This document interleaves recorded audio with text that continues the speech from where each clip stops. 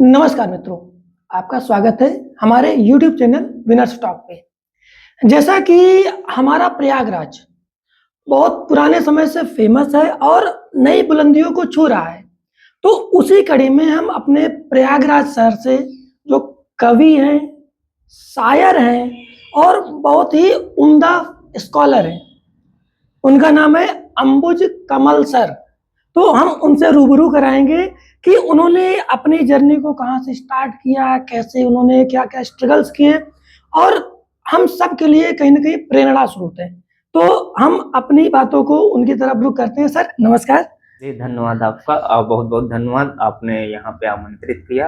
आपका धन्यवाद और आपकी पूरी टीम को भी बहुत-बहुत बधाई। जैसा कि अंबुज सर काफ़ी समय से फेमस हैं और इनकी जो कविताएँ हैं, जो बहुत ही कह सकते हैं उम्दा हैं। जैसे कि मैं सर अगर ज़िक्र करूँ कि स्त्रियों पे आपकी जो कविताएँ हैं बहुत फेमस हैं। जी, तो स्त्रियों पे मूलतः मेरा जो रिसर्च टॉपिक है, शोध विषय, वो मूलतः स्त्रियों पर ही है जी, जी, जी। और वो है कि बौद्ध धर्म में स्त्रियों का योगदान। जी, जी, तो बिल्कुल। जब की तरफ से लिखना कैसे आया? पहले लिखते थे प्रेम पे, फिर स्त्रियाँ प्रेम का एक प्रमुख वाहक है। जी, बिल्कुल, बिल्कुल। वाहक इसलिए कह रहा हूँ क्योंकि देखिए स्त्री पुरुष इस सामाजिक संरचना के अभिन्न अंग हैं, आप भी जी, जानते हैं। जी, जी, जी, जी, जी। और दोनों को बगैर ना तो सृष्टि चल सकती है, ना तो प्रेम ही चल सकता है।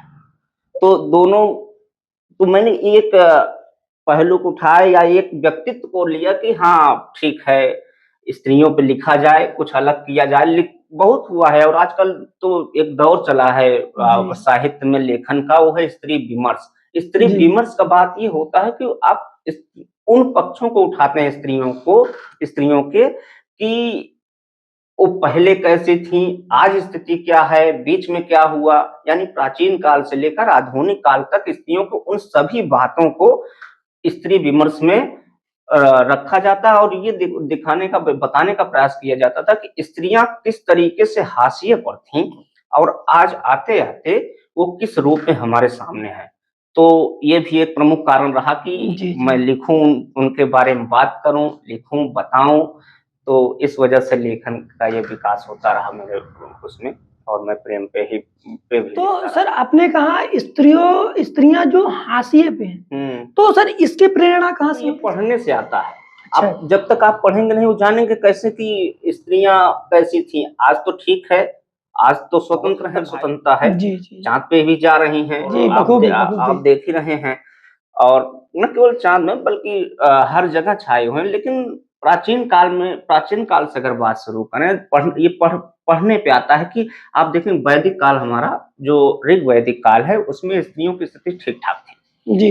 और जो इतिहास के विद्यार्थी हैं, वो पढ़ते हैं, वो जानते भी हैं कि उसमें स्त्रियों के बारे में जैसे गार्गी, अपाला, घोषा, लोपामुद्रा, कई महिलाओं के नाम आते हैं जिन्होंने वैदिक ऋचाओं की जो है रचना की है। जी, जी, जी। और इन सब में भी गार्गी ने तो बाकायदा याज्ञवल्क्य से संवाद किया। जी। बृहदारण्यक उपनिषद में इसका वर्णन आता है। जी, जी, जी। और एक स्थान पर ऐसा आता है कि जब गार्गी के प्रश्नों का जवाब याज्ञवल्क्य जी नहीं दे पाए, जो कि उस समय बहुत बड़े दार्शनिक एवं ऋषि थे, तो उन्होंने कहा कि तुम शांत हो जाओ नहीं तो तुम्हारा सर फोड़ देंगे। ये ऐसा वर्णन है जी, उसमें। जी। जी, जी, जी।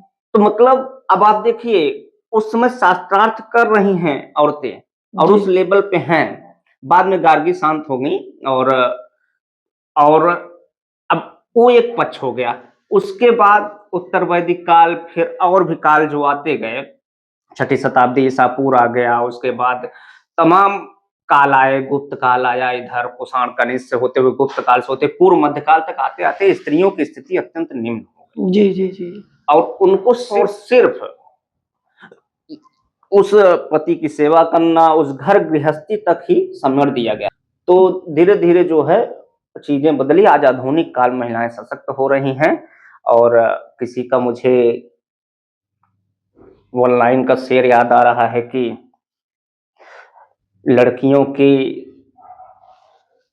सलवार में अब जेबें लगने लगी हैं, जी, जी, जी, जी। महिलाओं को यहाँ तक आने में ज़माने लगे हैं। क्या बात है सर!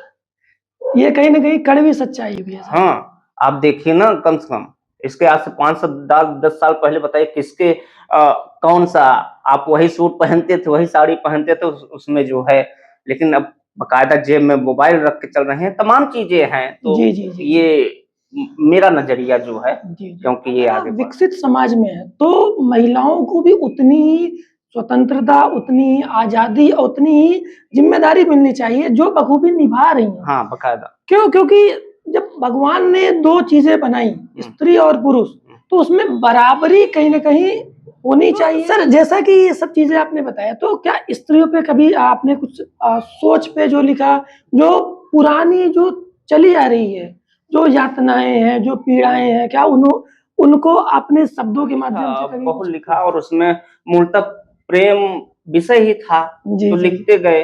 और प्रेम में जो है 2 प्रकार का प्रेम होता है, एक संयोग श्रृंगार होता है, रस की बात कर रहा हूँ, जी, और जी। वियोग श्रृंगार। जी। तो संयोग श्रृंगार के अंतर्गत तो मैंने झुमके लिखे, आप जान ही रहे हैं, खूब लिखे। वियोग श्रृंगार के अंतर्गत जैसे प्राचीन काल में भी लिखा जाता रहा, मलिक मोहम्मद जायसी ने नागमती का वियोग वर्णन लिखा। जी, तो जी। उस आधार पे लिया, और साथ ही साथ यह भी बताने का प्रयास किया कि स्त्रियाँ किस स्थिति में थीं और आज कैसे हैं। जी, उस पे जी। बाकायदा काफ़ी कविताएँ भी हैं मेरी, जी, जी। और किसी का मुझे नाम नहीं याद आ रहा है। महिलाओं पे बात करना बहुत आसान है, जी, जी। समझ रहे हैं? 4 आदमी खड़े होकर के किसी के बारे में बात कर दीजिए, वो आसान है।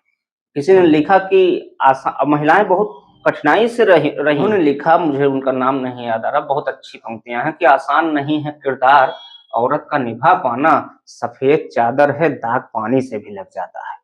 क्या बात है सर!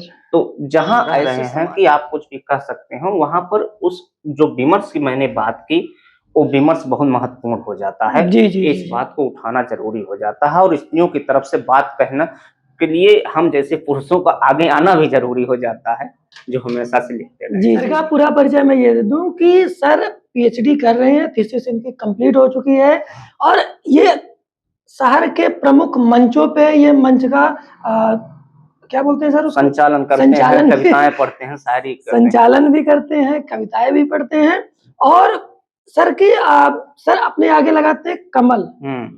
तो सर कमल मतलब क्या इंस्पिरेशन रही इसमें? हाँ, बड़ा अच्छा सवाल है ये आपका, और मुझे ये होना चाहिए था कि आप ये सवाल बताऊँ भी। देखिए, जी, क्या है ना कि मैं ऐसी ऐसे परिवार से आता हूँ, जी, जी, जी।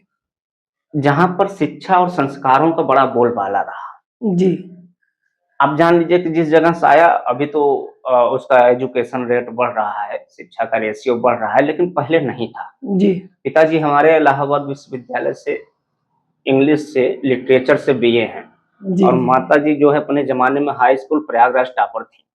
क्या और बात है! उसके बाद में उन्होंने पढ़ा नहीं। तो देखिए,